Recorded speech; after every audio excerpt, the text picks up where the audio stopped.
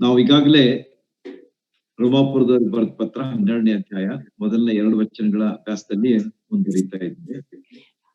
ನಾವು ಕಳೆದ ವಾರ ನೋಡಿದ ಹಾಗೆ ಮೊದಲನೇ ವಚನ, ಆದದರಿಂದ ದೇವರ ಕನಿಕರವನ್ನು ನಿಮ್ಮ ನೆನಪಿಗೆ ತಂದು ಬೇಡಿಕೊಳ್ಳುವುದೇನೆಂದ್ರೆ, ನೀವು ನಿಮ್ಮ ನಿಮ್ಮ ದೇಹಗಳನ್ನ ಮೆಚ್ಚುಗೆಯಾಗಿಯೂ ಮೀಸಲಾಗಿಯೂ ಇರುವ ಯಜ್ಞಗಳನ್ನಾಗಿ ಅರ್ಪಿಸಿರಿ.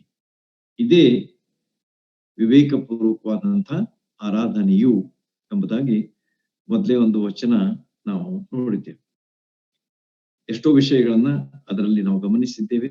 ಆದದರಿಂದ ದೇವರ ಕನಿಕರ ಅಂದ್ರೆ ಏನು, ಆಮೇಲೆ ನಮ್ಮ ಬೇಡಿಕೊಳ್ಳುವುದಂತಂದ್ರೇನು, ಒಬ್ಬ ದೊಡ್ಡ ಮನುಷ್ಯನಾದಂತಹ ಪೌಲನು ಬೇಡಿಕೊಳ್ತಾ ಇದ್ದಾನೆ ಅಂದ್ರೆ ಅವನಲ್ಲಿ ಒಂದು ದೀನತೆ ಅನ್ನೋ ವಿಷಯವಾಗಿ ನಾವು ನೋಡಿದ್ದೇವೆ. ಅಷ್ಟೇ ಅಲ್ಲದೆ ನಮ್ಮ ದೇಹಗಳನ್ನ ನಾವು ಯಾವ ರೀತಿಯಾಗಿ ಇಟ್ಕೊಳ್ಬೇಕು, ಮೆಚ್ಚುಗೆ ಆಗಿರ್ಬೇಕು ದೇವರಿಗೆ, ಆಮೇಲೆ ಮೀಸಲಾಗಿರ್ಬೇಕು, ಸಪರೇಟೆಡ್, ಅದನ್ನ ನಾವು ಅದು ಪ್ರತ್ಯೇಕಿಸಲ್ಪಟ್ಟಂತಹ ಒಂದು ಜೀವಿತ ನಮ್ದಾಗಿರ್ಬೇಕು, ಸಜೀವ ಯಜ್ಞಗಳನ್ನಾಗಿ ನಾವು ಅರ್ಪಿಸಬೇಕು ಎಂಬುದಾಗಿ 3 ವಿಷಯಗಳನ್ನ ಪೌಲನು ಅಲ್ಲಿ ರೋಮಾಪುರದ ಸಭೆಗೂ ಮತ್ತು ನಮ್ಮೆಲ್ಲರಿಗೂ ಉದ್ದೇಶಿಸಿ ಹೇಳಿದ್ದಾರೆ. ಅದ ಕಾರಣ ಸಜೀವ ಯಜ್ಞ ಅಂತಂದ್ರೆ ನಾವು ಕಳೆದ ಸಾರಿ 2 ಉದಾಹರಣೆಗಳನ್ನ ನೋಡಿದ್ವು.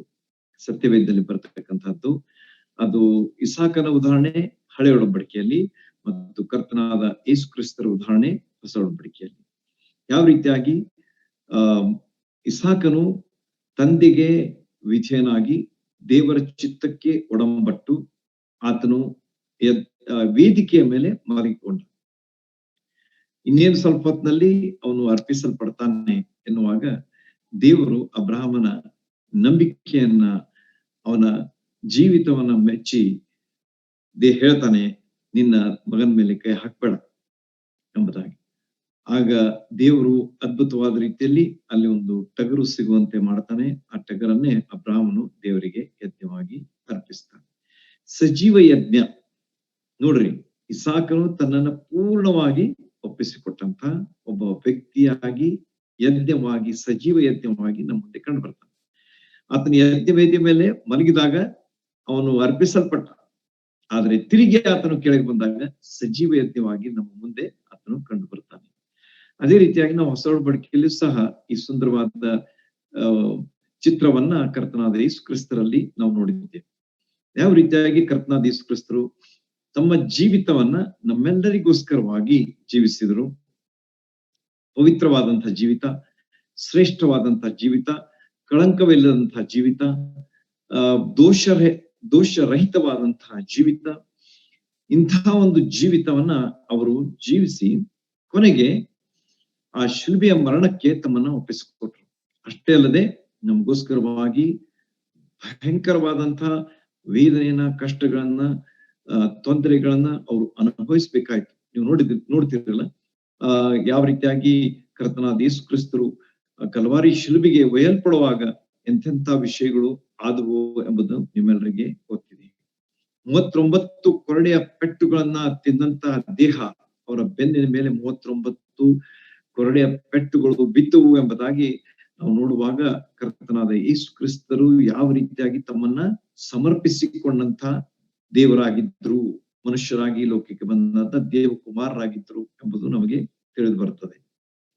ಈ ರೀತಿಯಾಗಿ ಕರ್ತನಾದ ಯೇಸು ಕ್ರಿಸ್ತರು ಆ ಶಿಲುಬೆ ಮೇಲೆ ಮಳೆಗಳನ್ನ ಜಡಿಸ್ಕೊಂಡ್ರು, ಕಾಲಿಗೆ ಮಳೆಗಳನ್ನ ಜಡಿಸ್ಕೊಂಡ್ರು, ತಲೆಗೆ ಮುಳ್ಳಿನ ಕಿರೀಟ ಹಾಕಿಸ್ಕೊಂಡ್ರು, ಪಕ್ಕೆಗೆ ತಿವಿಸ್ಕೊಂಡ್ರು, ರಕ್ತ ಸುರಿತಾ ಇದೆ. ಹಾಗೆ ದೇಹದ ಒಂದೊಂದು ಹನಿ ರಕ್ತ ಅವರು ನಮಗೋಸ್ಕರವಾಗಿ ಸುರಿಸಿ ತಮ್ಮ ಪ್ರಾಣವನ್ನು ಕೊಟ್ಟರು ಎಂಬುದಾಗಿ ದೇವರ ವಾಕ್ಯದಲ್ಲಿ ನಮಗೆ ಸ್ಪಷ್ಟವಾಗಿ ನಾವು ನೋಡ್ತೇವೆ.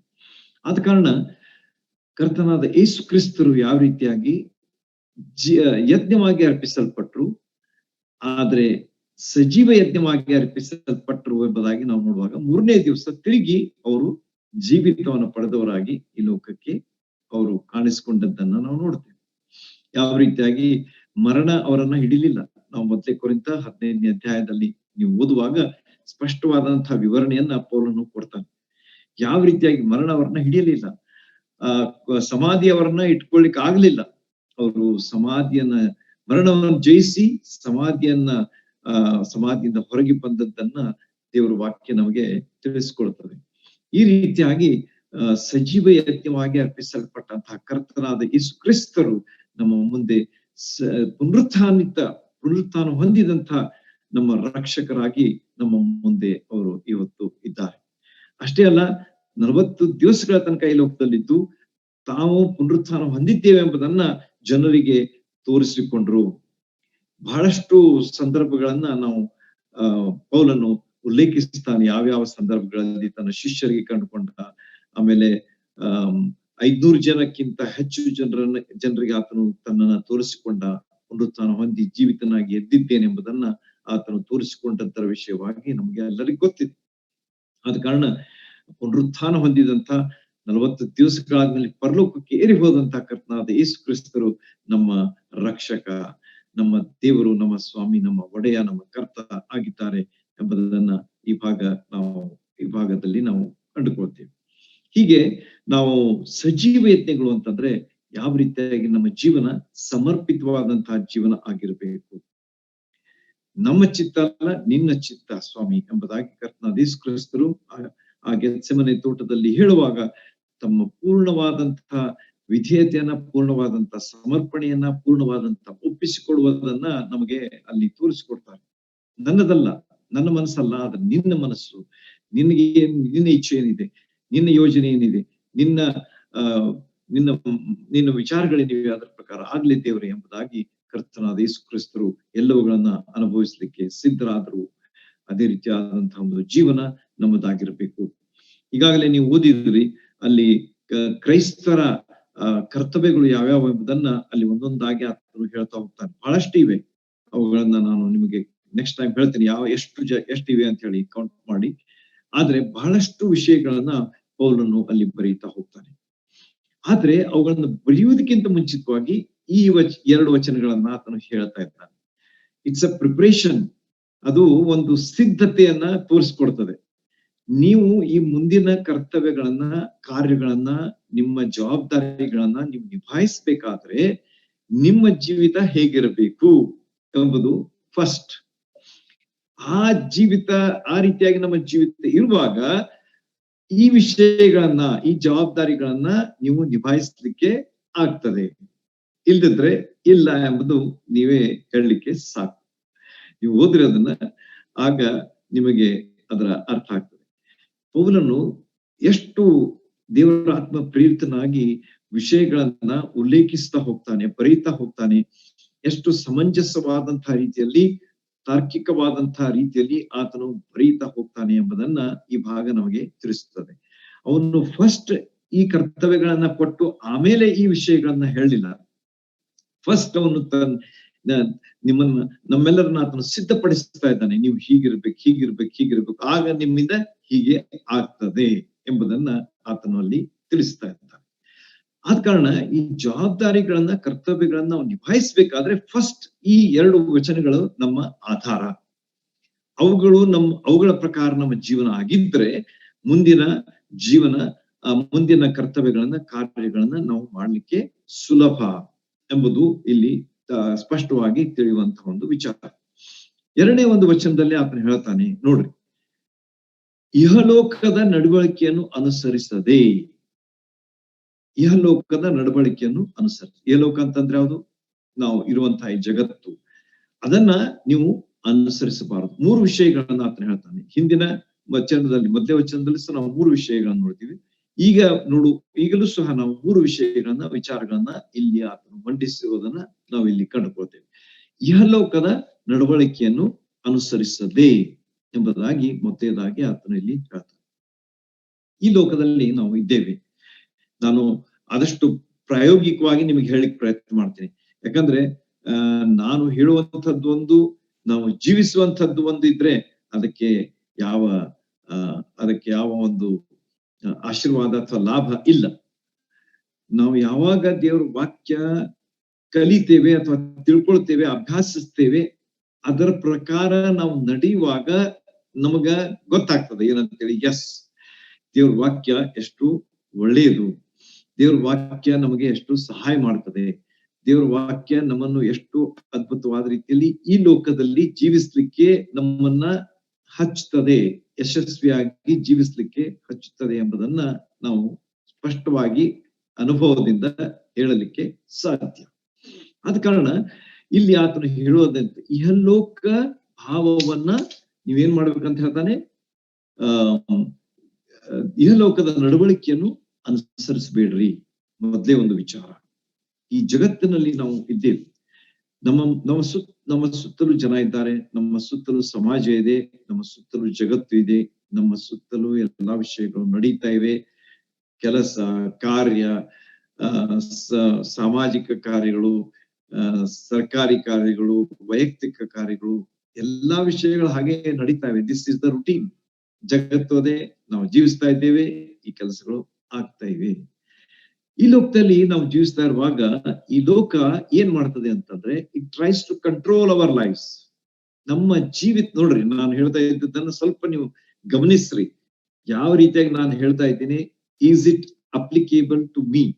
ಅದು ನನಗೆ ಅನ್ವಯಿಸ್ತಾ ಇದೆಯೋ, ಅಥವಾ ಸರ್ ಏನ್ ಹೇಳ್ತಾ ಇದ್ದಾರೆ ನನಗೆ ಅದೇನು ಅದು ಬೇರೆನೇ ಇದೆ ಅಂತ ಹೇಳಿ ನಿಮಗೆ ಅನಿಸ್ತಾ ಇದೆಯೋ ಎಂಬುದನ್ನ ನೀವು ಸ್ವಲ್ಪ ವಿಚಾರ ಮಾಡಿ. I am always suggesting you to live a practical Christian life. ನಾವು ವ್ಯವಹಾರಿಕ ಜೀವನ, ನಮ್ದು ಕ್ರೈಸ್ತಿಯ ಜೀವನ ಹೇಗಿರ್ಬೇಕು ಎಂಬುದನ್ನ ನಾನು ನಿಮ್ಗೆ ವಿವರಿಸಲಿಕ್ಕೆ ಪ್ರಯತ್ನಿಸ್ತಾ ಇರ್ತೇನೆ ಯಾವಾಗ.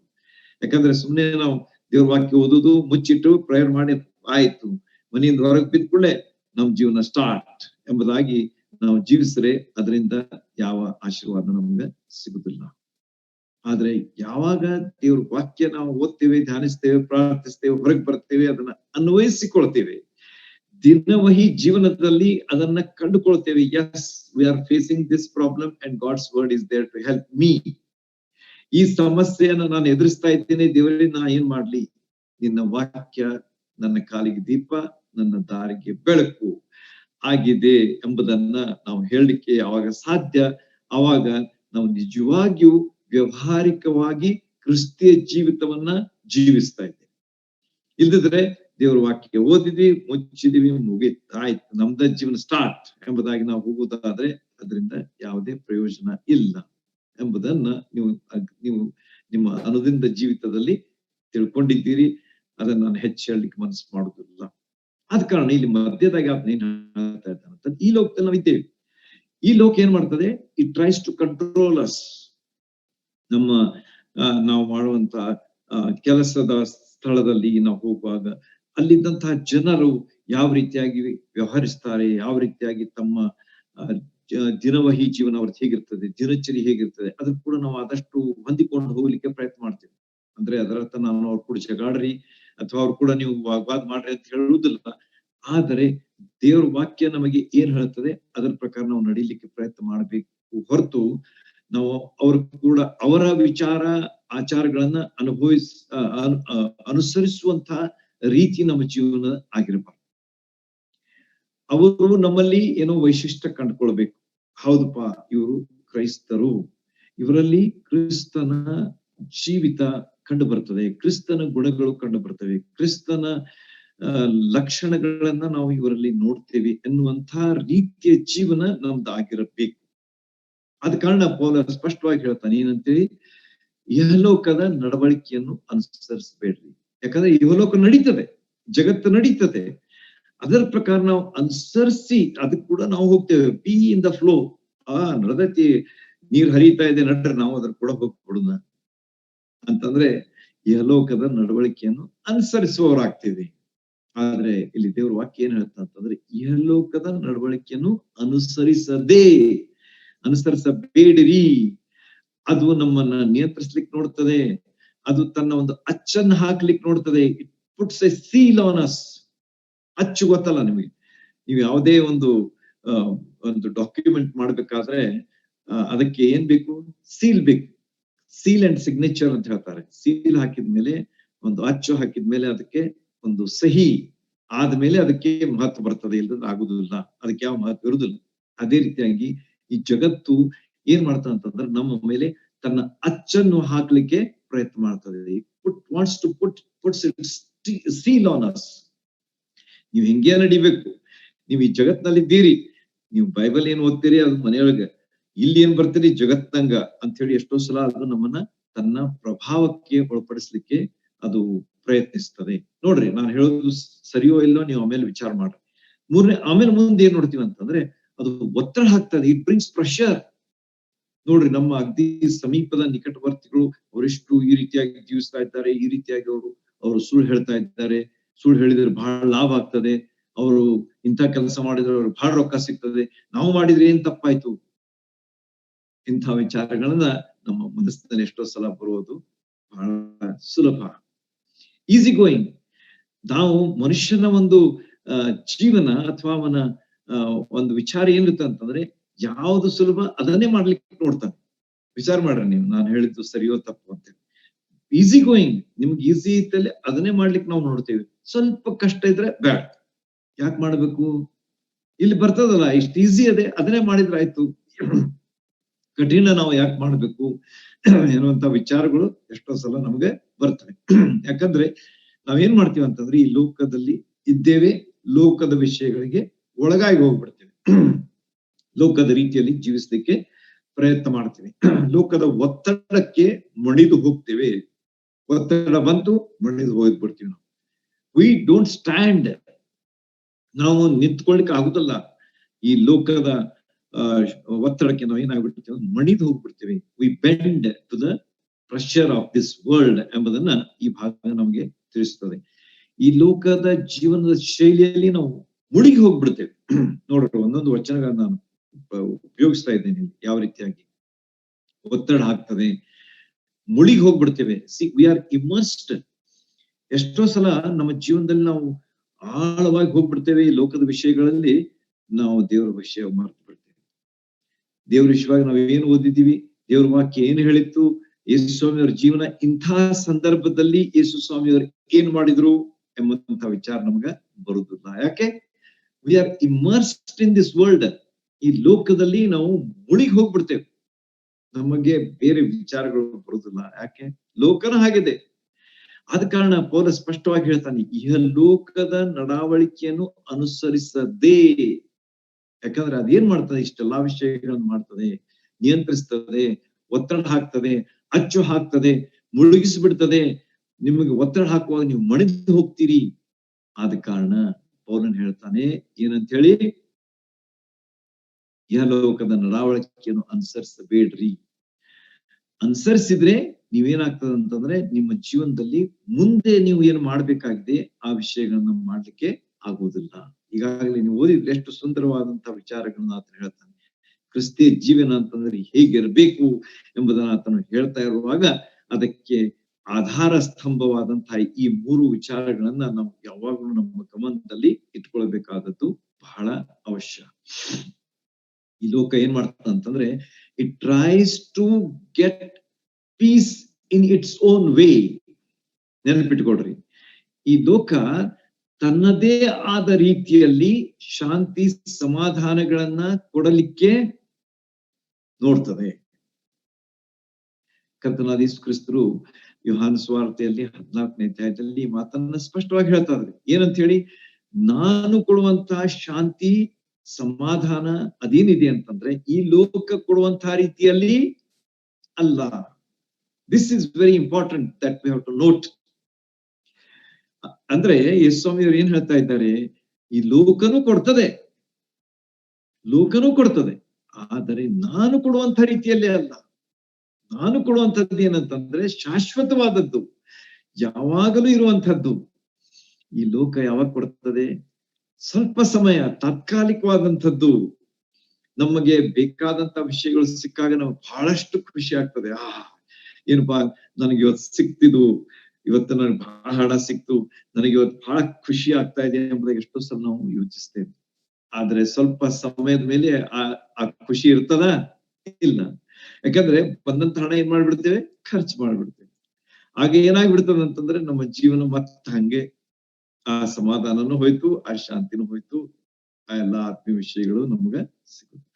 ಆದ ಕಾರಣ ಈ ಲೋಕ ಏನ್ ಮಾಡ್ತದ ಅಂತಂದ್ರೆ ತನ್ನದೇ ಆದ ರೀತಿಯಲ್ಲಿ ಸಂತೋಷ ಸಮಾಧಾನಗಳನ್ನ ಹುಡುಕಲು ಹಚ್ಚುತ್ತದೆ.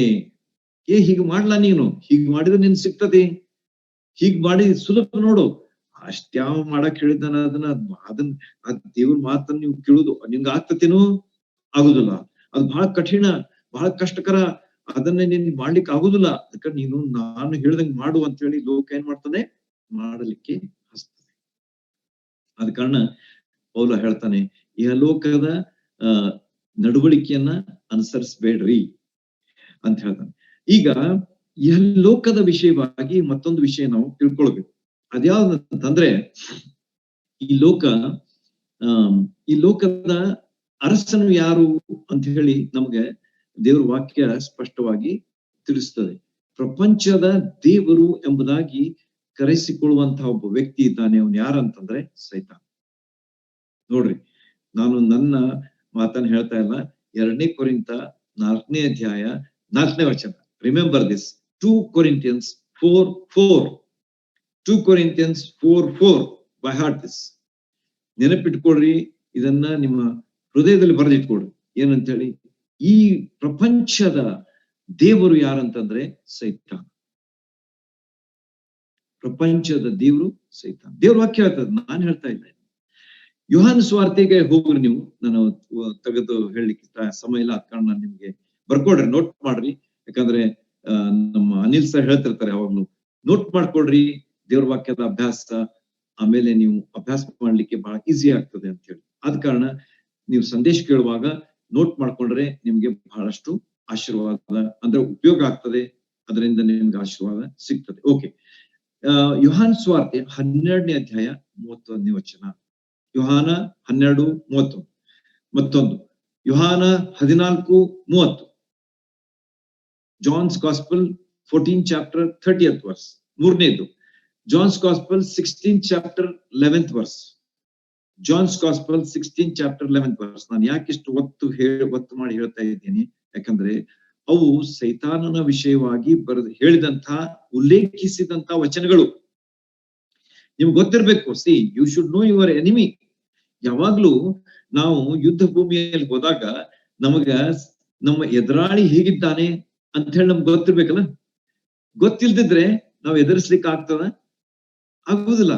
ನಾವೇನ್ ಮಾಡ್ಬಿಡ್ತೇವೆ?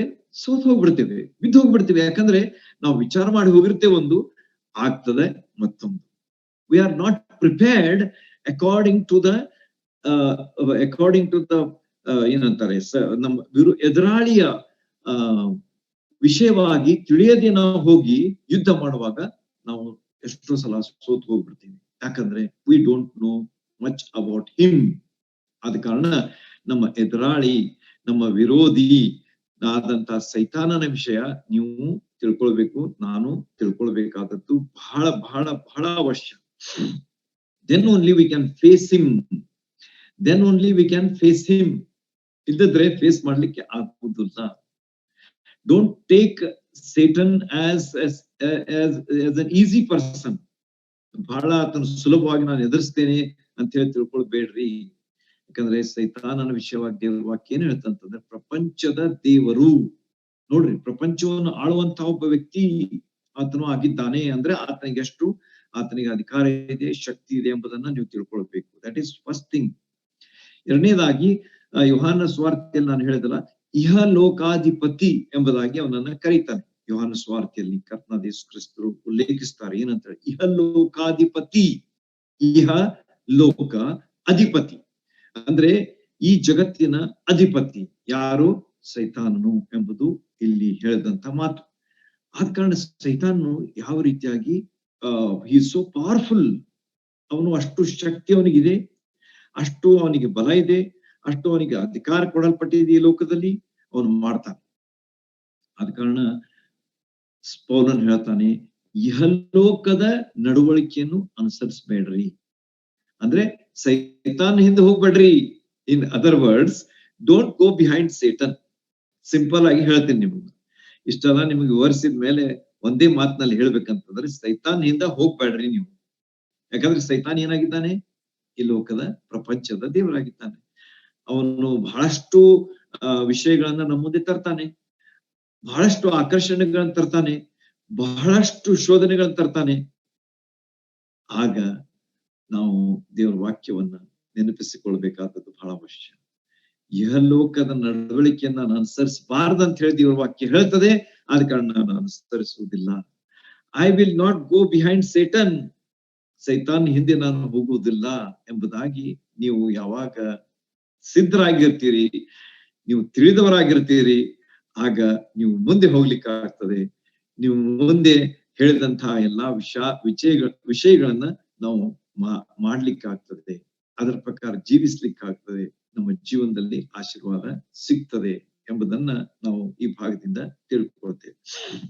ಈಗ ಸೈತಾನನು ಪ್ರಪಂಚದ ದೇವರು, ಇಹಲೋಕದ ಅಧಿಪತಿಯು ಆದಂಥವನು ಯಾವ ರೀತಿಯಾಗಿ ಜನರನ್ನ ಮೋಸ ಮಾಡ್ತಾನೆ ಎಂಬುದಾಗಿ ನಾನು ನಿಮ್ಗೆ ಈಗಾಗಲೇ ಹೇಳಿಬಿಟ್ಟೇನೆ. Already I have taken one study or half study about this. ಕಣ್ಣಿನಾಶೆ ಯೋಹಾನ ಪತ್ರ, ಮೊದಲೇ ಯೋಹಾನ 2:16 ನೀವು ಓದ್ತೀರಿ ಇದನ್ನು. 2ನೇ ಯೋಹಾನ ಅಂದ್ರೆ ಯೋಹಾನ ಬರೆದ 2ನೇ ಪತ್ರ 2ನೇ ಅಧ್ಯಾಯ 16ನೇ ವಚನದಲ್ಲಿ ಬರ್ತಕ್ಕಂಥ ಮಾತಿನಲ್ಲಿ ಯೋಹಾನನು ಸ್ಪಷ್ಟವಾಗಿ ಹೇಳ್ತಾನೆ. ಏನಂತೇಳಿ? ಕಣ್ಣಿನ ಆಶೆ, ಬದುಕಿನ ಆಶೆ, ಶರೀರದ ಆಶೆ, ಬದುಕು ಬಾಳಿನ ಡಂಭ. ಈ 3 ಶೋಧನೆಗಳು ಏನಾಗಿವೆ ಅಂತಂದ್ರೆ they are very very powerful. ಕರ್ತನಾದ ಯೇಸು ಕ್ರಿಸ್ತರು ಈ 3 ಶೋಧನೆಗಳಿಂದ ಶೋಧಿಸಲ್ಪಟ್ರು. ನಾನು ಈಗಾಗಲೇ ಎಕ್ಸ್ಪ್ಲೇನ್ ಮಾಡಿದ್ದೇನೆ, ನೀವು ನೆನಪು ಮಾಡ್ಕೊಳ್ರಿ. ಆದಮ ಹವಳರು ಸಹ ಈ 3 ಶೋಧನೆಗಳನ್ನೇ ಎದುರಿಸಿದ್ರು. ಕಣ್ಣಿನ ಆಶೆ, ಹಣ್ಣು ಬಹಳ ಸುಂದರವಾಗಿತ್ತು. ಆಮೇಲೆ ಶರೀರದ ಆಶೆ, ಅದನ್ನ ತಿನ್ಬೇಕು. 3ನೇದಾಗಿ ಬದುಕು ಬಾಳಿನ ಡಂಬ, ಆಕರ್ಷಣೀಯವಾಗಿತ್ತು ಅಂತ ಹೇಳಿ ಅದು ಅಲ್ಲಿ ಹೇಳ್ತದೆ. ಕರ್ತನಾದ ಯೇಸು ಕ್ರಿಸ್ತರನ್ನು ಸಹ ಈ 3 ಶೋಧನೆಗಳಿಂದ ಸೈತಾನ ಶೋಧಿಸ್ತಾನೆ. ಆದ್ರೆ ವ್ಯತ್ಯಾಸ ಏನಿದೆ ಅಂತಂದ್ರೆ ಆದಾಮ್ ಹವಳರು ಶೋಧನೆಗೆ ಬಿದ್ರು, ಸೈತಾನ್ ಹಿಂದೆ ಹೋದ್ರು, ಸೈತಾನ್ ಹೇಳಿದ್ದನ್ನು ಮಾಡಿದ್ರು. ಯಾಕೆ? ಇಹಲೋಕ ಭಾವವನ್ನ ಅನುಸರಿಸಿದ್ರು, ಹಣ್ಣನ್ನ ತಿಂದ್ರು, ದೇವರ ಮಾತಿಗೆ ಅವಿಧೇಯರಾದ್ರು, ವಿರುದ್ಧವಾಗಿ ಜೀವಿಸಿದ್ರು, ಬಂಡೆದ್ರು ಎಂಬುದಾಗಿ ನಾವು ದೇವರ ವಾಕ್ಯ ಹೇಳುವುದನ್ನ ನೋಡ್ತೀವಿ. ಆದ್ರೆ ಕರ್ತನಾದ ಯೇಸು ಕ್ರಿಸ್ತರು ಹಾಗೆ ಮಾಡ್ಲಿಲ್ಲ. ಅವ್ರೇನ್ ಮಾಡಿದ್ರು ಅಂತಂದ್ರೆ ಸೈತಾನ್ನ ಶೋಧನೆಯನ್ನ ಎದುರಿಸಿದ್ರು. The Lord Jesus Christ faced Satan's temptations successfully ಎಂಬುದನ್ನ ದೇವರ ವಾಕ್ಯ ನಮಗೆ ತಿಳಿಸ್ಕೊಡ್ತದೆ. ಯಶಸ್ವಿಯಾಗಿ ಸೈತಾನನ್ನ ಎದುರಿಸಿದಂತಹ ವ್ಯಕ್ತಿ ಕರ್ತನಾದ ಯೇಸು ಕ್ರಿಸ್ತರು ಎಂಬುದಾಗಿ ನಾವು ದೇವರ ವಾಕ್ಯದಲ್ಲಿ ಓದ್ತೇವೆ. ಆದ ಕಾರಣ ಸೈತಾನ್ ಏನ್ ಮಾಡ್ತಾನೆ? ಕಣ್ಣಿನ ಆಶೆ, ಕಣ್ಣಿಗೆ ಬಹಳ ಆಕರ್ಷಣೀಯವಾದಂತಹ ವಿಷಯಗಳನ್ನು ತೋರಿಸ್ತಾನೆ. ನೋಡು ನೋಡು ನೋಡು ನೋಡು, ಬಿದ್ದು ಹೋಗು ನೀನು ಅಂತ ಹೇಳ್ತಾನೆ. ಶರೀರದ ಆಶೆ, ಇದು ಬೇಕು, ಅದು ಬೇಕು, ಇದು ಬೇಕು, ಇದನ್ನ ಮಾಡು, ನಿನ್ಗೆ ಒಳ್ಳೇದಾಗ್ತದೆ, ನಿನ್ನ ಆಶೆ ನಿನ್ಗೆ ಈಡೇರ್ತದೆ ಎಂಬುದಾಗಿ ಶರೀರದ ಆಶೆ ಅಂತ ಅರ್ಥ. ಬದುಕು ಬಾಳಿನ ಡಂಬ, ಈ ಲೋಕದ ವಿಷಯಗಳನ್ನ ತೋರಿಸ್ತಾನೆ, ವೈಭವ ತೋರಿಸ್ತಾನೆ. ಹಿಂಗಿರೋ, ನಿನ್ನ ಆಯುಷ್ಯ ಸ್ವಲ್ಪದೇ, ಒಂದೇ ಸರ ಇರುದು, ಯಾಕೆ ಆರಾಮ್ ಇರು ಎಂಬುದಾಗಿ ಹೇಳ್ತಾನೆ ಸೈತಾನ. ಆದ್ರೆ ದೇವ್ರ ವಾಕ್ಯ ಏನ್ ಹೇಳ್ತದೆ? ಈ ಲೋಕದ ಭಾವವನ್ನ ಅನುಸರಿಸಬೇಡ್ರಿ, ಯಾಕಂದ್ರೆ ದೀಸ್ ಆರ್ ಆಲ್ ಟೆಂಪರರಿ. ಇವು ತಾತ್ಕಾಲಿಕವಾದಂಥವುಗಳು. ಇವುಗಳಿಂದ ನಿಮಗೆ ಶಾಶ್ವತವಾದಂತ ಪರಿಹಾರ ಇಲ್ಲ, ಶಾಶ್ವತವಾದಂತಹ ಸಂತೋಷ ಸಮಾಧಾನಗಳು ನಿಮ್ಗೆ ಸಿಗುವುದಿಲ್ಲ ಎಂಬುದಾಗಿ. ಓಕೆ, ನಾನು ಮೊದಲೇ ಪಾಯಿಂಟ್ ಹೇಳ್ಬೇಕಾದ್ರೆ ಇಷ್ಟೊತ್ತಾಯ್ತು. ಈಗ 2 ಪಾಯಿಂಟ್ಗಳನ್ನ ನಿಮ್ಗೆ 10 ನಿಮಿಷದಲ್ಲಿ ಹೇಳಿ ಮುಗಿಸ್ಲಿಕ್ಕೆ ನಾನು ಪ್ರಯತ್ನ ಮಾಡ್ತೇನೆ. 2ನೇದಾಗಿ ಆತನ ಏನ್ ಹೇಳ್ತಾನಂತಂದ್ರೆ ನೂತನ ಮನಸ್ಸನ್ನ ಹೊಂದಿಕೊಂಡಿರಿ. ನೂತನ ಮನಸ್ಸನ್ನ ಹೊಂದಿಕೊಂಡಿರಿ. ಮೊದಲನೇದಾಗಿ ಇಹಲೋಕ ಭಾವನ ಅನುಸರಿಸಬೇಡ್ರಿ. 2ನೇದಾಗಿ ನೂತನ ಮನಸ್ಸನ್ನ ಹೊಂದಿಕೊಂಡಿರ್ರಿ ಅಂತ ಹೇಳ್ತಾರೆ. ನೂತನ ಮನಸ್ಸು ಅಂತಂದ್ರೆ ಏನು? New heart. ನಾವು ಕೊರಿಂಥದವರಿಗೆ ಬರೆದ ಪತ್ರದಲ್ಲಿ ನೋಡ್ತೇವೆ, ಈಗೋ ಯಾವನಾದ್ರೂ ಕ್ರಿಸ್ತನಲ್ಲಿದ್ದರೆ ಅವನು ನೂತನ ಸೃಷ್ಟಿಯಾಗಿದ್ದಾನೆ, ಈಗೋ ಹಳೇದೆಲ್ಲ ಹೋಯ್ತು, ಎಲ್ಲವೂ ಹೊಸದಾಯ್ತು ಎಂಬುದಾಗಿ ಪೌಲನು ಸ್ಪಷ್ಟವಾಗಿ ಈ ನೂತನ ಮನಸ್ಸಿನ ವಿಷಯವಾಗಿ ಹೇಳ್ತಾನೆ. A new heart, A new life, A changed life ಎಂಬುದು ಇಲ್ಲಿ ನಮ್ಮ ಮುಂದೆ ಇರ್ತಕ್ಕಂಥ ವಿಷಯ. ಯಾವಾಗ ನಾವು ಪಶ್ಚಾತ್ತಾಪ ಪಟ್ಟು ಕರ್ತನಾದ ಯೇಸು ಕ್ರಿಸ್ತರನ್ನ ನಮ್ಮ ಸ್ವಂತ ರಕ್ಷಕನು ಎಂಬುದಾಗಿ ನಾವು ಅಂಗೀಕರಿಸ್ಕೊಳ್ತೇವೆ, ಸ್ವೀಕಾರ ಮಾಡ್ತೇವೆ, ನಾವು ಆತನ ಆರಿಕೆ ಮಾಡ್ತೇವೆ, ಅವಾಗ ನಮ್ಮ ಜೀವನದಲ್ಲಿ ನಮ್ಮ ಪಾಪಗಳು ಪರಿಹರಿಸಲ್ಪಟ್ಟು ನಾವು ದೇವರ ಮಕ್ಕಳಾಗ್ತೇವೆ ಮತ್ತು ದೇವರ ಮಾರ್ಗದಲ್ಲಿ ನಾವು ನಡೆಯೋರಾಗ್ತೇವೆ ಎಂಬುದು ನಾವು ನಮ್ಮ ಅನುಭವ, ದೇವರ ವಾಕ್ಯ ಹೇಳುವಂತ ವಿಷಯ. ಆದ ಕಾರಣ ನೂತನ ಭಾವವನ್ನ ನೀವು ಹೊಂದಿಕೊಳ್ಳ್ರಿ ಅಂತಂದ್ರೆ ನೂತನ ಜೀವನ ನಿಮ್ದಾಗಿರ್ಬೇಕು. ನೂತನ ವಿಷಯಗಳಲ್ಲಿ ನೀವು ಜೀವಿಸಬೇಕಾದದ್ದು ಬಹಳ ಅವಶ್ಯ. ಇಹಲೋಕದ ವಿಚಾರ ಅಲ್ಲ, ಆದರೆ ನೂತನ ಸ್ವಭಾವವನ್ನ ನಿಮ್ಮ ಜೀವನದಲ್ಲಿ ನೀವು ಹೊಂದಿದವರಾಗಿರ್ಬೇಕು ಎಂಬುದು, ನೂತನ ಮನಸ್ಸನ್ನು ನೀವು ಹೊಂದಿಕೊಂಡಿರ್ಬೇಕು ಎಂಬುದಾಗಿ ಪೌಲನು ಇಲ್ಲಿ ಹೇಳ್ತಾನೆ. ಆದ ಕಾರಣ ನಮ್ಮ ಜೀವನ ನೂತನವಾಗ್ತಾ ಹೋಗ್ತಾ ಇದೆಯೋ ಎಂಬುದನ್ನ ನಾವು ಸ್ವಲ್ಪ ಪರೀಕ್ಷಿಸಿಕೊಳ್ಳುವಂಥದ್ದು ಬಹಳ ಅವಶ್ಯ. ನಾವು ದಿನೇ ನಾವೇನಾಗ್ತಾ ಇದ್ದೀವಿ ಅಂತಂದ್ರೆ, ನಾವು ಬೆಳೀತಾ ಇದ್ದೀವಿ ಯಾವ ರೀತಿಯಲ್ಲಿ? ದೇಹದಲ್ಲಿ. Every day we are growing in our body. At the same time are we growing in our spiritual life? ಆತ್ಮೀಯ ಜೀವನದಲ್ಲಿ ನಾವು ಬೆಳೀತಾ ಇದ್ದೇವಾ ಎಂಬುದು ನಮ್ಮ ಮುಂದಿರತಕ್ಕಂತ ಒಂದು ಚಾಲೆಂಜ್, ನಮ್ಮ ಮುಂದೆ ಇರತಕ್ಕಂತ ಒಂದು ಸವಾಲಾಗಿದೆ. ಆದ ಕಾರಣ ಅವ್ರನ್ನ ಹೇಳ್ತಾನೆ, ನೂತನ ಮನಸ್ಸನ್ನು ಧರಿಸ್ಕೊಡ್ರಿ. ಹಳೆ ಭಾವ ಬೇಡ, ಹಳೆ ವಿಚಾರಗಳು ಬೇಡ, ಹಳೆ ಆಚಾರಗಳು ಬೇಡ, ಹಳೆ ನಿಮ್ಮ ಜೀವನ ಬೇಡ, ಹಳೆ ವಿಷಯಗಳನ್ನ ನೀವು ಅನುಸರಿಸಬೇಡ್ರಿ. ನೂತನ ಭಾವವನ್ನ ನೀವು ಅನುಸರಿಸ್ರಿ. ಹಳೆ ಮನರಂಜನೆ ಬೇಡ, ಹಳೆ ರಾಜಕಾರಣ ಬೇಡ, ಹಳೆ ಹಾಡುಗಳು ಅವೇ ನಮ್ಗೆ ಬೇಕು, ನಮಗ್ ಬಹಳ ಚಲೋ ಅನಿಸ್ತವೆ, ಬೇಡ. ಧರ್ಮ ಜಾತಿ ವಿಚಾರಗಳು ಬೇಡ, ಜೀವನ ಶೈಲಿ ಬೇಡ, ಹಳೆ ಜೀವನದ ವೈಖರಿಗಳು ಬೇಡ. ಆದ್ರೆ ಎಲ್ಲವೂ ನೂತನವಾಗಿರಬೇಕಾದದ್ದು ಅವಶ್ಯ. ಹೇಗೆ? ನಿಮಗ ಗೊತ್ತದೆ. You know it for yourself. ನಿಮ್ಮ ಜೀವನದಲ್ಲಿ ನಿಮಗೆ ಹಳೆ ವಿಷಯಗಳು ಯಾವ ಆಕರ್ಷಣೀಯವಾಗಿದ್ದವು, ಈಗ ಅವು ನಿಮ್ಮ ಜೀವನದಲ್ಲಿ ಅಷ್ಟೇ ಆಕರ್ಷಣೀಯವಾಗಿವೆಯೋ, ಅಥವಾ ದೇವರ ವಿಚಾರಗಳು, ದೇವರ ವಿಷಯಗಳು ಹೆಚ್ಚು ನಿಮಗೆ ಆಕರ್ಷಣೀಯವಾಗಿವೆಯೋ ಎಂಬುದನ್ನ ನೀವೇ ಹೇಳ್ರಿ. I am not going to tell that, because I don't know you. ನಾನು ನಿಮ್ಮ ಜೀವಿತವನ್ನ ತಿಳಿದಿಲ್ಲ. I know you, but I don't know your life. You know what is your life. ನಿಮ್ಮ ಜೀವನ ಏನು ನಿಮಗ್ ಗೊತ್ತದೆ. ಆದ ಕಾರಣ ನಮ್ಮ ಜೀವನ ಹೇಗಿರ್ಬೇಕಂತ ಹೇಳ್ತಾನೆ, ನೂತನ ಮನಸ್ಸನ್ನ ಹೊಂದಿಕೊಂಡಂತ ಜೀವನ ಆಗಿರಬೇಕು. ಸೈತಾನ್ ಏನ್ ಮಾಡ್ತಾನಂತಂದ್ರೆ, ನಾವು ಹೊಸಬರಾದ ಕೂಡಲೇ ನಾವ್ ಏನ್ ಮಾಡ್ತಾನೆ, he will try to trouble us. ದ್ವೇಷ ಮಾಡ್ತಾನೆ. ಯಾಕಂದ್ರೆ ಆತನ ವಿರುದ್ಧವಾಗಿ ನಾವು ಜೀವಿಸುವಾಗ ಅವನೇನ್ ಮಾಡ್ತಾನಂತಂದ್ರೆ, ನಮಗೆ ಬಹಳಷ್ಟು ಅಡ್ಡಿ ಅಭ್ಯಂತರಗಳನ್ನ, ನಮ್ಮ ಜೀವನದಲ್ಲಿ ಬಹಳಷ್ಟು ಅಲ್ಲಕಲ್ಲೋಲಗಳನ್ನ ಉಂಟು ಮಾಡ್ಲಿಕ್ಕೆ ಪ್ರಯತ್ನ ಮಾಡ್ತಾನೆ. ಯೋಬನ ಜೀವನದ ನೀವು ನೋಡಿದ್ರಿ, ಯಾವ ರೀತಿಯಾಗಿ ಯೋಬ ಎದುರಿಸ್ಬೇಕಾಯ್ತು. How he faced it. ಅವನ ಜೀವನದಲ್ಲಿ ಎಷ್ಟು ಶೋಧನೆಗಳು ಬಂದವು, ಆದ್ರೂ ಕೂಡ ಆತನು ದೃಢವಾಗಿ ನಿಂತ. ಆತನ ಹೇಳ್ದ ಏನಂತ ಹೇಳಿ, ದೇವರು ನಮಗೆ ಒಳ್ಳೆಯದನ್ನು ಕೊಡುವಾಗ ನಾವು ಹೊಂದ್ತೇವೆ, ಆದ್ರೆ ನಮಗೆ ದೇವರು ಇಂಥ ವಿಷಯ ಕೊಡುವಾಗ ನಾವು ತೆಗೆದುಕೊಳ್ಳಬಾರ್ದು ಎಂಬುದಾಗಿ ಆತನು ಹೇಳೋದನ್ನ ನೋಡುವಾಗ, ಅವನ ಜೀವನ ಯಾವ ರೀತಿಯಾಗಿ ನೂತನವಾದಂತಹ ಜೀವನದ ಒಂದು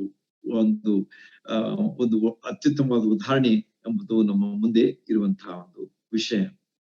ಆದ ಕಾರಣ ಸೈತಾನ್ ಏನ್ ಮಾಡ್ತಾನಂತಂದ್ರೆ, ಬಹಳಷ್ಟು ನಮಗೆ ಅಡ್ಡಿ ಅಭ್ಯಂತರಗಳನ್ನ ತರಲಿಕ್ಕೆ ಪ್ರಯತ್ನ ಮಾಡ್ತಾನೆ. ಯಾಕೆ? ನಾವು ನೂತನ ಸ್ವಭಾವವನ್ನ ಹೊಂದಿಕೊಳ್ತೇವೆ ಅಂತ ಹೇಳಿ ಅವನಿಗೆ ಮನಸ್ಸಿಲ್ಲ. ಅವನೇನ್ ಹೇಳ್ತಾನೆ, ನೀವು ಹಳೆ ಜೀವನದಲ್ಲೇ ಜೀವಿಸ್ರಿ, ನೀವು ಹಳೆ ಕೆಲಸನೇ ಮಾಡ್ರಿ, ಹಳೆ ವಿಚಾರಣೆ ಮಾಡ್ರಿ, ಹಳೆ ಮನರಂಜನೆಗೆ ಹೋಗ್ರಿ ಅಂತ ಹೇಳಿ ಅವನು ಯಾವಾಗಲೂ ದೇವರಿಂದ ನಮ್ಮನ್ನ ದೂರ ಬಿಡ್ಲಿಕ್ಕೆ ಪ್ರಯತ್ನಿಸ್ತಾನೆ. ಆದ್ರೆ ನಾವು ಯಾವಾಗ ಕರ್ತನಾದ ಯೇಸು ಕ್ರಿಸ್ತರನ್ನು ನಂಬ್ತೇವೆ, ಅವಾಗ ನಮ್ಮ ಜೀವನ ಬದಲಾಗ್ತದೆ, ನಮ್ಮ ಆಚಾರ ವಿಚಾರಗಳು ಬದಲಾಗ್ತವೆ, ನಮ್ಮ ಆಶಯಗಳು ಬದಲಾಗ್ತವೆ, ನಮ್ಮ ನಿರೀಕ್ಷೆ ಬದಲಾಗ್ತದೆ, ನಮ್ಮ ಜೀವನ ಶೈಲಿ ಬದಲಾಗ್ತದೆ, ನಮ್ಮ ಜೀವನದಲ್ಲಿ ಒಂದು ದೊಡ್ಡ ಮಾರ್ಪಾಟು ಇರುವಂತದ್ದಾಗಿರ್ತದೆ. ಮೂರನೇದಾಗಿ ಆತನ ಏನ್ ಹೇಳ್ತಾನೆ ಅಂತಂದ್ರೆ, ನೀವು ಇನ್ನೂ ಹೆಚ್ಚಾದನ್ನ ಅಭ್ಯಾಸ ಮಾಡ್ರಿ. ನಾನು ಈಗ ನಿಮ್ಗೆ ಸಂಕ್ಷಿಪ್ತವಾಗಿ ಹೇಳ್ತಾ ಇದ್ದೇನೆ, ನೂತನ ಜೀವನದಲ್ಲಿ ಇರುವಂತಹ ವಿಷಯಗಳು ಯಾವ್ಯಾವು. It's a homework for you. ನೀವು ಕುಂಡ್ರಿ, ನೀವು ವಿಚಾರ ಮಾಡ್ರಿ, ಆಗ ನಿಮ್ಗೆ ಗೊತ್ತಾಗ್ತದೆ ದೇವ್ರ ವಾಕ್ಯ ತಿಳಿಸುವಂತಹ ಒಂದೊಂದು ವಿಚಾರಗಳು ಎಷ್ಟು ನೂತನವಾಗಿವೆ, ಎಷ್ಟು ಹೊಸದಾಗಿವೆ, ಅವು ಯಾವ ರೀತಿಯಾಗಿ ನಮ್ಗೆ ಜೀವಿಸ್ಲಿಕ್ಕೆ ಪ್ರೋತ್ಸಾಹ ಕೊಡ್ತವೆ, ನಮ್ಮ ಜೀವನದಲ್ಲಿ ಎಷ್ಟು ಶಾಂತಿ ಸಮಾಧಾನಗಳನ್ನ ಅನುಭವಿಸ್ಲಿಕ್ಕೆ ಆಗ್ತದೆ. ಸೈತಾನನ್ನ ಎದುರಿಸುವಂತದ್ದು ಸುಲಭ ಇಲ್ಲ, ಆದ್ರೆ ನಾವು ಯಾವಾಗ ಎದುರಿಸ್ತೇವೆ ಅವಾಗ ನಮಗೆ ಅದರಿಂದ ಸುಖ ಸಿಗ್ತದೆ, ಅದರಿಂದ ನಮಗೆ ಆಶೀರ್ವಾದ ಸಿಗ್ತದೆ, ಅದರಿಂದ ನಮಗೆ ಶಾಂತಿ ಸಮಾಧಾನಗಳು ಸಿಗ್ತವೆ, ಅದರಲ್ಲಿ ನಮಗೆ ನಿಜವಾದಂತ ಸಂತೋಷ ನಮಗ ಸಿಗ್ತದೆ. ಆದ ಕಾರಣ ನೂತನ ಮನಸ್ಸನ್ನ ನಾವು ಹೊಂದಿಕೊಂಡವರಾಗಿ, ಮೂರನೇ ಒಂದು ವಿಚಾರ ಆತನ ಹೇಳ್ತಾನೆ ಏನಂತಂದ್ರೆ, ಪರಲೋಕ ಭಾವವನ್ನ ಹೊಂದಿದವರಾಗಿರ್ರಿ. ಹೆವನ್ಲಿ ನೇಚರ್, ಪರಲೋಕ ಭಾವವನ್ನ ನಾವು ಹೊಂದಿಕೊಳ್ಳಬೇಕು ಅಂತ ಹೇಳಿ ಆತನು ಇಲ್ಲಿ ಹೇಳುವುದನ್ನ ನಾವು ನೋಡುವಾಗ ಅದು ಎಷ್ಟು ವಿಶೇಷವಾದಂತಹ ಒಂದು ಸಂಗತಿ. ನಾವು ಈ ಲೋಕದಲ್ಲಿ ಇದ್ದೇವೆ. ನಾನು ಕಳೆದ ಸಾರಿ ಹೇಳಿದ್ದೆ, V are in this world but we are not of this world. V are in this world but we are not of this world. ಈ ಲೋಕದಲ್ಲಿ ನಾವು ಇದ್ದೇವೆ, ಆದ್ರೆ ನಾವು ಈ ಲೋಕದವರಲ್ಲ. ಯಾಕೆ? ನಮ್ಮ ನಮ್ಮ ನಮ್ಮ ಭವಿಷ್ಯ ಅಂದ್ರೆ ನಮ್ಮ ಮುಂದಿನ ಜೀವನ ಅದು ಪರಲೋಕದಲ್ಲಿ ಇರುವಂತಹ ಒಂದು ಜೀವನ ಆಗಿದೆ. We are going to be the citizens of heaven when we leave this world. ನಾವು ಈ ಲೋಕ ಬಿಟ್ಟು ಹೋಗುವಾಗ ನಾವು ಎಲ್ಲಿ ಹೋಗ್ತೀವಿ ಅಂತಂದ್ರೆ, ನಮ್ಮ ನಾಗರಿಕತ್ವ ಪರಲೋಕದ ನಾಗರಿಕತ್ವ ಆಗಿದೆ. ಪರಲೋಕದ ಭಾವ ನಾವು ಈ ಲೋಕದಲ್ಲಿಯೇ ನಾವು ತೋರಿಸ್ಬೇಕು. ಆ ಪರಲೋಕದಲ್ಲಿ ನಾವು ಇರುವಂತಹ ಒಂದು ರಿಹರ್ಸಲ್ ಅಂತ ಹೇಳಿದ್ರೆ ನೀವು ಬೇಕಾದ್ರೆ, we are going to have the rehearsal of the heavenly citizen on this earth ಎಂಬುದಾಗಿ ನಾನು ನಿಮಗೆ ಹೇಳಲಿಕ್ಕೆ, ಪ್ರೋತ್ಸಾಹಿಸಲಿಕ್ಕೆ ಮನಸ್ಸು ಮಾಡ್ತೇನೆ. ಯಾಕಂದ್ರೆ ನಮ್ಮ ಜೀವನ ಪರಲೋಕದಲ್ಲಿ ಇರುವಂತಹ ಜೀವನ. ಈ ಲೋಕ ಸ್ವಲ್ಪ ದಿವಸ ಇರ್ತೇವೆ, ಸ್ವಲ್ಪ ವರ್ಷ ಇರ್ತೇವೆ, ಎಷ್ಟು ವರ್ಷ ಇರ್ತೇವೆ ನಮ್ಗೆ ಗೊತ್ತಿಲ್ಲ. ಆದ್ರೆ ಒಂದ್ ದಿವಸ ನಾವು ಬಿಡ್ಲೇಬೇಕು. Everybody is bound to leave this world. Nobody has come to live on this earth forever. But forever we are going to live in heaven when we know the Lord Jesus Christ, and when we live for the Lord Jesus Christ, and when we follow the Lord Jesus Christ ಎಂಬುದನ್ನ ದೇವರ ವಾಕ್ಯ ನಮ್ಗೆ ತಿಳಿಸ್ತದೆ. ಆದ ಕಾರಣ ಪರಲೋಕ ಭಾವವನ್ನ ಹೊಂದಿದವರಾಗಿರ್ರಿ ಎಂಬುದಾಗಿ ಪೌಲನು ಹೇಳುವಾಗ, ನಮ್ಮ ಜೀವನದಲ್ಲಿ ನಾವು ಯಾವ ರೀತಿಯಾಗಿ ನಾವು ನಮ್ಮ ಪರಲೋಕದ ವಿಚಾರಗಳು, ಆಚಾರಗಳು ನಮ್ಮ ಜೀವನದಲ್ಲಿ ಇರಬೇಕಾದದ್ದು ಬಹಳ ಅವಶ್ಯ. ಅದ್ರ ಬಗ್ಗೆ ನಾನು ವಿಚಾರ ಮಾಡ್ತಾ ಇದ್ದೆ, ಮುಂಜಾನೆ ನಾನು ವಿಚಾರ ಮಾಡ್ತಾ ಇದ್ದೆ. ಆದ್ರೆ ಅದನ್ನ ಹೇಳ್ಬೇಕಾದ್ರೆ ಮತ್ತೊಂದು ಮೆಸೇಜ್ ಆಗ್ತದ. ಅದು ಯಾವ್ದಂತಂದ್ರೆ, ನೀವು ಮತ್ತಾಯನ ಸುವಾರ್ತೆಯಲ್ಲಿ ಬರ್ತಕ್ಕಂಥ 5ನೇ ಅಧ್ಯಾಯದಲ್ಲಿ ಇರ್ತಕ್ಕಂಥ ಬಿ ಆಟಿಟ್ಯೂಡ್ಸ್ ಅಂದ್ರೆ, ಅಲ್ಲಿ ಕರ್ತನಾದ ಯೇಸು ಕ್ರಿಸ್ತರು ಪರಮಾನಂದ ಕೊಡುವಂತಹ ವಿಷಯಗಳನ್ನ ಹೇಳ್ತಾರೆ. ಅಂದ್ರೆ ನಮಗೆ ಅತ್ಯಂತವಾದ ರೀತಿಯಲ್ಲಿ ಸಂತೋಷ ಕೊಡುವಂತಹ ಸಂಗತಿಗಳನ್ನ ಕರ್ತನಾದ ಯೇಸು ಕ್ರಿಸ್ತರು ಪರಲೋಕದ ವಿಷಯವಾಗಿರುವಂತಹ ವಿಷಯಗಳನ್ನ ಅಲ್ಲಿ ಅವರು ಹೇಳ್ತಾರೆ. ನೋಡೋಣ, ದೇವರ ಚಿತ್ತ ಇದ್ರೆ I will try to explain it maybe next time or some other time, but it's a beautiful study again. ಅಲ್ಲಿ ಅವ್ರು ಹೇಳ್ತಾರೆ ಬಿ ಆಟಿಟ್ಯೂಡ್ಸ್ ಅಂತ ಹೇಳಿ ಹೇಳ್ತೀವಿ ಅದ್ರ ಬಗ್ಗೆ. ಅದನ್ನ ನಾನು ನೋಡ್ತಾ ಇದ್ದೆ, ಬಿ ಆಟಿಟ್ಯೂಡ್ಸ್ ಅಂತಂದ್ರೆ ಏನು ಅಂತ ಹೇಳಿ ಅದನ್ನ ನಾನು ಡಿಕ್ಷನರಿ ತೆಗೆದು ನೋಡುವಾಗ, ಪರಮಾನಂದ ಕೊಡುವಂತಹ ವಿಷಯಗಳಂತೆ. They are be attitudes. ನಮ್ಮ ಜೀವನ ಯಾವ ರೀತಿಯಾಗಿ ಇರಬೇಕು, ಅವುಗಳಿಂದ ಯಾವ ರೀತಿಯಾಗಿ ನಮಗೆ ಪರಮಾನಂದ ಸಿಗ್ತದೆ, ಅತಿ ಹೆಚ್ಚಾದಂತಹ ಸಂತೋಷ ನಮಗೆ ಸಿಗುವಂತಹದ್ದಾಗಿದೆ ಎಂಬುದನ್ನ ಅಲ್ಲಿ ಬರೆದಂತಹ ವಿಚಾರಗಳು, ವಿಷಯಗಳು ನಮಗೆ ತೋರಿಸುವಂತಹವುಗಳಾಗಿವೆ. ಆತ್ಮದಲ್ಲಿ ಬಡವರಾಗಿರುವವರು ಧನ್ಯರು ಎಂಬುದಾಗಿರ್ತಕ್ಕಂತಹ ವಿಷಯಗಳನ್ನ ನಾವಲ್ಲಿ ಓದುವಾಗ ಎಷ್ಟು ಆಳವಾದಂತಹ ವಿಷಯಗಳನ್ನ ಕರ್ತನಾದ ಯೇಸು ಕ್ರಿಸ್ತರು ಪರಲೋಕದ ಭಾವದ ವಿಷಯವಾಗಿ ನಮಗೆ ತೋರಿಸಿ ಅಲ್ಲಿ ಕೊಡ್ತಾ ಇದ್ದಾರೆ. ಓದ್ರಿ ಅದನ್ನ, you just by heart it. These are very very essential in our spiritual life ಎಂಬುದನ್ನ ನಾವು ಅಲ್ಲಿ ಕಂಡುಕೊಳ್ತೇವೆ. ಆದ ಕಾರಣ ನಾನು ಮುಗಿಸ್ತೇನೆ. ನಮ್ಮ ಈ ಲೋಕದಿಂದ ನಾವು ನೂತನ, ನೋಡ್ರಿ, ಮೊದಲೇದಾಗಿ ಇಹಲೋಕ ಭಾವ ಬಿಟ್ಟು ನೂತನ ಭಾವವನ್ನು ಹೊಂದಿ ಪರಲೋಕ ಭಾವದಲ್ಲಿ ನಾವು ಜೀವಿಸುವಾಗ ನಮ್ಮ ಏನಾಗ್ತದೆ ಅಂತಂದ್ರೆ, ನಾವು ಒಂದು ಸಪರೇಟೆಡ್ ಲೈಫ್, ನಾವು ಬೇರ್ಪಡಿಸಲ್ಪಟ್ಟಂತ ಈ ಲೋಕದ ವಿಷಯಗಳಿಂದ ಬೇರ್ಪಡಿಸಲ್ಪಟ್ಟಂತ ಜೀವಿತ ನಮ್ದಾಗಿರ್ತದೆ. We are in this world but we are not of this world ಎಂಬುದು ನಾವು ತಿಳಿಬೇಕಾದಂತ ವಿಷಯ. ನಮ್ಮ ಜೀವನ, ನಮ್ಮ ವಿಚಾರ ಶಕ್ತಿ ಅದು ಬದಲಾಗಿ ಹೋಗ್ತದೆ ಎಂಬುದಾಗಿ ನಮ್ಗೆ ದೇವರ ವಾಕ್ಯ ಸ್ಪಷ್ಟವಾಗಿ ತಿಳಿಸ್ತದೆ. ಅದರ ಒಂದು ರಿಸಲ್ಟ್ ಏನಾಗ್ತದೆ ಎಂಬುದನ್ನ ಆತನು ಹೇಳ್ತಾನೆ. ಆಗ ದೇವರ ಚಿತ್ತಕ್ಕನುಸಾರವಾದದ್ದು, ನೋಡ್ರಿ, ಈ 3 ವಿಷಯಗಳು ನಾನು ಹೇಳಿದಲ್ಲ, ಇಹಲೋಕದ ನಡವಳಿಕೆ ಅನುಸರಿಸಬೇಡ್ರಿ, ನೂತನ ಮನಸ್ಸನ್ನು ಹೊಂದಿಕೊಳ್ರಿ, ಪರಲೋಕ ಭಾವದವರಾಗಿರ್ರಿ. ಆಗ ಏನಾಗ್ತದೆ? ದೇವರ ಚಿತ್ತಕ್ಕನುಸಾರವಾದದ್ದು. This is very very important, very important. ದೇವರ ಚಿತ್ತ ಕನುಸಾರವಾದದ್ದು ಯಾವುದು ಎಂಬುದು ನಮಗೆ ತಿಳಿದು ಬರ್ತದೆ. ಎಷ್ಟೋ ಸಲ ವಿ ಆರ್ ಸ್ಟ್ರಗ್ಲಿಂಗ್. ಎಷ್ಟೋ ಸಲ ನಮಗೆ ಬಹಳಷ್ಟು ಒಂದು ತೊಂದರೆಯಲ್ಲಿ ಸಿಕ್ಕೊಂಡ್ಬಿಡ್ತೇವೆ ನಾವು. ದೇವರ ಚಿತ್ತ ಅಂದ್ರೆ ಏನು, ದೇವರ ಚಿತ್ತ ಯಾವುದು? ಎಷ್ಟೋ ಯೌವನಸ್ಥರು ತಮ್ಮ ಜೀವನ ಹಾಳು ಮಾಡ್ಕೊಂಡು ಬಿಟ್ಟಿದ್ದಾರೆ. ಅವರ ಜೀವನದಲ್ಲಿ ಜೀವನ ಸಂಗಾತಿಯ ವಿಷಯವಾದಂತ ಎಷ್ಟೋ ವಿಷಯಗಳಲ್ಲಿ ಅವರು ಇಂತಹ ಮುಖ್ಯವಾದಂತ ವಿಷಯಗಳಲ್ಲಿ ಬಿದ್ದು ಹೋಗ್ಬಿಟ್ಟಿದ್ದಾರೆ. ಆಕರ್ಷಣೆ, ಈ ಸೈತಾನನ ಈ ಲೋಕಾಧಿಪತಿಯ ಆಕರ್ಷಣೆಗೊಳಗಾಗಿ ಅವರು ಕ್ರಿಸ್ತನನ್ನು ಅರಿಯದಂತ ವ್ಯಕ್ತಿಗಳೊಂದಿಗೆ ಸಂಬಂಧ ಬೆಳೆಸಿ ಮದುವೆ ಮಾಡಿಕೊಂಡು ತಮ್ಮ ಜೀವನವನ್ನ ಹಾಳು ಮಾಡಿಕೊಂಡಂತ ವಿಚಾರಗಳು ನಮ್ಮ ಮುಂದೆ ಇವೆ. How many families are suffering because of such things? ಯಾಕೆ? ದೇವರ ಚಿತ್ತ ಬೇಡ ಅಂತ ಹೇಳ್ತೀವಿ.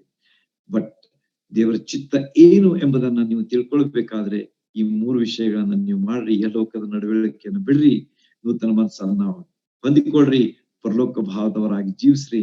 ಆಗ ದೇವರ ಚಿತ್ತ ಏನು ಅಂತ ಹೇಳಿ ನಿಮಗ ತಿಳಿದು ಬರ್ತದೆ.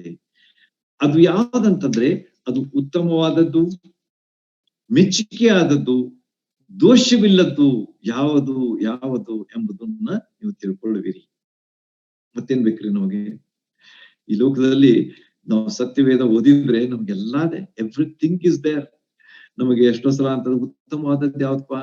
ದೇವ್ರ ವಾಕ್ಯ ಓದ್ರಿ, ಅಲ್ಲದೆ ಮೆಚ್ಚುಗೆ ಆದದ್ದು ಯಾವ್ದು ದೇವರಿಗೆ? ಓದ್ರಿ, ದೇವ್ರ ವಾಕ್ಯ ಅದ್ರಲ್ಲಿದೆ. ದೋಷವಿಲ್ಲದ್ದು ಯಾವುದು? ಇದೇ ದೇವರ ವಾಕ್ಯದಲ್ಲಿ. ಅದು ನಾವು ವಿವೇಚಿಸಿ ತಿಳ್ಕೊಳ್ಳಿಕ್ಕಾಗ್ತದೆ ಯಾವಾಗ? ನಾವು ದೇವರ ವಾಕ್ಯಕ್ಕೆ ಅನುಸಾರವಾಗಿ ನಡೆದಾಗ. ದೇವರ ವಾಕ್ಯಕ್ಕೆ ನಾವು ಹೆಚ್ಚಾದಂತ ಮಹತ್ವ ನಮ್ಮ ಜೀವನದಲ್ಲಿ ಕೊಡ್ಬೇಕಾದದ್ದು ಬಹಳ ಅವಶ್ಯ. You have to read God's word. ಪೌಲನು ಹೇಳ್ತಾನೆ Colossae 3:16 let the word of Christ dwell in you richly. ಕ್ರಿಸ್ತನ ವಾಕ್ಯವು ನಿಮ್ಮಲ್ಲಿ ಸಮೃದ್ಧಿಯಾಗಿ ವಾಸಿಸಲಿ. ಎಷ್ಟು ನಮ್ಮ ಜೀವನದಲ್ಲಿ ದೇವರ ವಾಕ್ಯ ಇದೆ? ಸಮೃದ್ಧಿ ಆಗಿದೆಯಾ? ಇಲ್ಲ ಅಂತಂದ್ರೆ let us fill it with the word of god. ದೇವರ ವಾಕ್ಯದಿಂದ ನಮ್ಮ ಜೀವಿತಗಳನ್ನ ನಾವು ತುಂಬಿ ತುಳುಕುವಂತೆ ಮಾಡೋಣ. ಆದ ಕಾರಣ ಧರ್ಮೋಪದೇಶ ಕಾರಣ ಪುಸ್ತಕದಲ್ಲಿ ನಾನು ಹೇಳಿ ಬಹಳಷ್ಟಿದೆ. ಧರ್ಮೋಪದೇಶ ಕಾರಣ ಪುಸ್ತಕದಲ್ಲಿ ಹೇಳ್ತಾ, ನಿಮ್ಮ ಮನೆಯ ಗೋಡೆಗಳಲ್ಲಿ ದೇವ್ರ ವಾಕ್ಯ ಬರೆಯಿರಿ, ಹಣೆಗಳ ಮೇಲೆ ದೇವ್ರ ವಾಕ್ಯಗಳನ್ನ ಹಚ್ಕೊಂಡು ಅವ್ರನ್ನ ಓದ್ತಾ ಹೋಗ್ರಿ, ತಿಳ್ಕೊಳ್ತಾ ಹೋಗ್ರಿ, ಮಕ್ಕಳನ್ನ ಅವುಗಳಲ್ಲಿ ತರಬೇತಿಗೊಳಿಸ್ರಿ, ಬೆಳೆಸ್ರಿ. ನೋಡ್ರಿ ಎಷ್ಟು ವಿಷಯಗಳ ಬಗ್ಗೆ ದೇವ್ರ ವಾಕ್ಯ ಹೇಳ್ತದೆ. The importance of God's word is very very essential in our life. ಪ್ರಾರ್ಥನೆಯ ಜೀವಿತ ನಮ್ದಾಗಿರ್ಬೇಕು. ನಾವು ಪ್ರಾರ್ಥನೆಯಲ್ಲಿ ಹೆಚ್ಚು ಸಮಯ ನಾವು ಕಳೆಯುವಾಗ ನಮ್ಮ ಜೀವನದಲ್ಲಿ ಹೆಚ್ಚಾದಂತಹ ಒಂದು ಆಶೀರ್ವಾದವನ್ನ ಪಡೆದುಕೊಳ್ಳಿಕ್ಕೆ ಆಗ್ತದೆ. ಕೊನೆಯದಾಗ ಒಂದು ಸಣ್ಣ ಉದಾಹರಣೆಯನ್ನು ಹೇಳಿ ಮುಗಿಸ್ತೇನೆ. ಒಂದು ಜೆರೋಮ್ ಹೈನ್ಸ್ ಎಂಬಂತ ಒಬ್ಬ ವ್ಯಕ್ತಿ, ಆತನು ಇಂಗ್ಲೆಂಡ್ ದೇಶದಲ್ಲಿರುವಾಗ ಅವನು ಯವನಸ್ಥನಾಗಿದ್ದ. ಅವನಿಗೆ ಒಂದು ಹ್ಯಾಬಿಟ್ ಅಂದ್ರೆ ಒಂದು ಹಾಬಿ ಆಫ್ ಸಿಂಗಿಂಗ್, ಹಾಡುವಂತಹ ಒಳ್ಳೆ ರೀತಿಯಿಂದ ಹಾಡುವಂತಹ ಒಂದು ಹವ್ಯಾಸ, ಒಂದು ಹ್ಯಾಬಿಟ್ ಅವನಿತ್ತು. ಆಗ ಅವನು ಬಹಳಷ್ಟು ಪ್ರಯತ್ನ ಮಾಡಿ ಮಾಡಿ ಮಾಡಿ ತನ್ನ ಧ್ವನಿಯನ್ನ ಆತನು ಒಳ್ಳೆ ರೀತಿಯಲ್ಲಿ ರೂಪಿಸಿಕೊಂಡು, ಅಂದ್ರೆ ಪ್ರಾಕ್ಟೀಸ್ ಮಾಡಿ ಮಾಡಿ ಅದನ್ನ ಬ್ಲೆಂಡ್ ಮಾಡಿಕೊಂಡು ಆತನ ಕೊನೆಗೆ ತನ್ನ ಒಂದು ಗುರಿ ಆಗಿದ್ದಂತ ಆ ಗುರಿಯಲ್ಲಿ ಅಂತಂದ್ರೆ ಒಪೆರಾ ಇಂಗ್ಲೆಂಡ್ ದೇಶದಲ್ಲಿ ಒಪೆರಾ ಹೌಸ್ ಅಂತ ಹೇಳುವಾಗ ಅಲ್ಲಿ ಒಂದು ದೊಡ್ಡ ಒಂದು ಮನೋರಂಜನೆಯ ಒಂದು ಸ್ಥಳ, ಒಂದು ದೊಡ್ಡ ಮನೋರಂಜನೆಯ ಸ್ಥಳ. ಅಲ್ಲಿ ಹೋಗಿ ತಾನು ಹಾಡಬೇಕು ಎಂಬಂತ ಒಂದು ವಿಚಾರದಿಂದ ಅವನು ಬಹಳಷ್ಟು ಪ್ರಯತ್ನ ಮಾಡ್ದ. ಕೊನೆಗೆ ಅಲ್ಲಿ ಹೋಗಿ ಅವನು ತಲುಪಿದ. ಆದರೆ ಒಂದು ದಿವಸ ಆತನು ಒಂದು ಮಾತನ್ನ ಆತನು ಕೇಳ್ದ. ಏನಂತಂದ್ರೆ, ಸಂಪತ್ತು ಪ್ರಾಣ ಕೊಟ್ಟರು ಯಾವತ್ತೂ ನನಗೆ ಇನ್ನು ಸಾಲದು ಎಂಬುದಾಗಿ. ಈ ಮಾತನ್ನ ಆತನು ಕೇಳಿದಾಗ ಅವನಿಗೆ ಗೊತ್ತಾಯ್ತು ಏನಂತ ಹೇಳಿ, ನನ್ನ ಜೀವನದಲ್ಲಿ ನಾನು ಹಾಡುವುದು ಜನರನ್ನು ಮೆಚ್ಚಿಸೋದಕ್ಕಾಗಿ ಅಲ್ಲ, ಆದರೆ ಕರ್ತನಾದ ಯೇಸು ಕ್ರಿಸ್ತರನ್ನ ನಾನು ಮೆಚ್ಚಿಸೋದಕ್ಕಾಗಿ ನಾನು ಹಾಡಬೇಕು ಎಂಬಂತ ಒಂದು ನಿರ್ಧಾರವನ್ನು ಮಾಡ್ದ. ಒಂದು ದಿವಸ ಹಿಂಗಾಯ್ತಲ್ಲ, ಅವನ ಜೀವನದಲ್ಲಿ ಒಂದು ದಿವಸ ಬಂತು. ಅವಾಗ ಒಪೆರಾ ಹೌಸ್ ದಲ್ಲಿ ಕೆಲವು ಡಾನ್ಸಸ್ ನಡೀತಾ ಇದ್ವು. ಅಲ್ಲಿ ಬೇರೆ ಬೇರೆ ವಿಚಿತ್ರವಾದಂತಹ ನೃತ್ಯಗಳು ನಡೀತಾ ಇದ್ವು. ಆಗ ಅವನು ಅಲ್ಲಿ ಹೋಗಿ ನೋಡ್ತಾನೆ. ಆಗ ಅವನಿಗೆ ಬಹಳಷ್ಟು ಬೇಸರ ಆಗ್ತದೆ. ಆಗ ಅವನು ಆ ಮ್ಯಾನೇಜರ್ ಬಂದು ಹೇಳ್ತಾನೆ, ಈಗ ನೀನು ಹಾಡಬೇಕು. ಆಗ ಮ್ಯಾನೇಜರ್ಗೆ ಅವನು ಹೇಳ್ದ, ಜೆರೋಮ್ ಹೈನ್ಸ್ ಹೇಳ್ತಾನೆ, ಏನಂತೇಳಿ, ನಾನು ಯಾಕೆ ಹಾಡ್ಬೇಕು? ಜನರನ್ನ ಮೆಚ್ಚೋದಕ್ಕಾಗಿ ಹಾಡ್ಬೇಕಾ? ಇಂಥ ಎಲ್ಲ ನೃತ್ಯಗಳನ್ನ ನೀವು ಇಲ್ಲಿ ಮಾಡ್ತೀರಿ, ಮತ್ತು ಅದರ ಮಧ್ಯದಲ್ಲಿ ನಾನು ಹೋಗಿ ಹಾಡ್ಲಿಕ್ಕೆ ನನಗೆ ಆಗುದಿಲ್ಲ ಅಂತ ಹೇಳ್ದ. ಆಗ ಮ್ಯಾನೇಜರ್ ಹೇಳ್ತಾನೆ, ಅಲ್ಲ, ನೀನು ಮಾಡ್ಲಿಲ್ಲ ಅಂತಂದ್ರೆ ನಿನಗೆ ಬಹಳ ಲಾಸ್ ಆಗ್ತದೆ. You are going to lose dollars, thousands of dollars you are going to lose. ಆಗ ಅವನು ಹೇಳ್ತಾನೆ, ಅಡ್ಡಿಲ್ಲ, ನನ್ಗೇನು ಅದರ ಅದರ ಅವಶ್ಯಕತೆ ಇಲ್ಲ ನನಗೆ. I am not in search of dollars. But ನಾನು ಏನಾಗಿದ್ದೇನೆ ಅಂತಂದ್ರೆ, ನಾನು ಜನರನ್ನ ಮೆಚ್ಚೋದಕ್ಕಾಗಿ ಅಲ್ಲ, ಆದ್ರೆ ನಾನು ದೇವರನ್ನ ಮೆಚ್ಚೋದಕ್ಕಾಗಿ ಹಾಡ್ತೇನೆ. ಆದ ಕಾರಣ ನಾನು ಈ ಒಂದು ಸಂದರ್ಭದಲ್ಲಿ ಹಾಡುದಿಲ್ಲ ಎಂಬುದಾಗಿ ಆತನು ತನ್ನ ನಿರ್ಧಾರವನ್ನ ಅಲ್ಲಿ ಇದ್ದಂತ ಮ್ಯಾನೇಜರ್ಗೆ ಹೇಳ್ದ. ಕಳ್ಕೊಂಡ, ಆದ್ರೆ ಆತನು ಪಡ್ಕೊಂಡ ದೇವರ ಆಶೀರ್ವಾದವನ್ನ, ದೇವರ ಸಾಕ್ಷಿಯನ್ನ ಆತನು ಉಳಿಸಿಕೊಂಡ. ಆದ ಕಾರಣ ನಮ್ಮ ಜೀವನದಲ್ಲಿ ನಾವು ಯಾವಾಗ ನಮ್ಮ ಜೀವನ ಸಮರ್ಪಿತ ಜೀವನ ಆಗಿರ್ತದೆ, ಒಪ್ಪಿಸಿಕೊಟ್ಟಲ್ಪಟ್ಟಂತ ಜೀವಿತ ಆಗಿರ್ತದೆ, ಅದು ಹೊಸ ಜೀವನ ಆಗಿರ್ತದೆ, ಪರಲೋಕ ಭಾವದ ಜೀವನ ಆಗಿರ್ತದೆ, ನೂತನ ಮನಸ್ಸನ್ನು ಹೊಂದಿದಂತ ಜೀವನ ಆಗಿರ್ತದೆ, ಇಹಲೋಕದ ನಡವಳಿಕೆ ಬೇಡ ಎನ್ನುವಂತ ಜೀವನ ಆಗಿರ್ತದೆ. ಅವಾಗ ಖಂಡಿತವಾಗಿ ಅದ್ಭುತಗಳನ್ನ ನಮ್ಮ ಜೀವನದಲ್ಲಿ ಕಾಣ್ಲಿಕ್ಕೆ ಸಾಧ್ಯ, ದೇವರ ಆಶೀರ್ವಾದವನ್ನು ಹೊಂದಿಕೊಳ್ಳಿಕ್ಕೆ ಸಾಧ್ಯ. ದೇವರು ಈ ವಾಕ್ಯಗಳನ್ನ ಆಶೀರ್ವದಿಸಲಿ. ದೇವರು ನಿಮ್ಮೆಲ್ಲರೊಂದಿಗಿದ್ದು ನಿಮ್ಮನ್ನು ಅದ್ಭುತವಾದ ರೀತಿಯಲ್ಲಿ ನಡೆಸಲಿ ಎಂಬುದಾಗಿ ನಾನು ಪ್ರಾರ್ಥಿಸ್ತೇನೆ.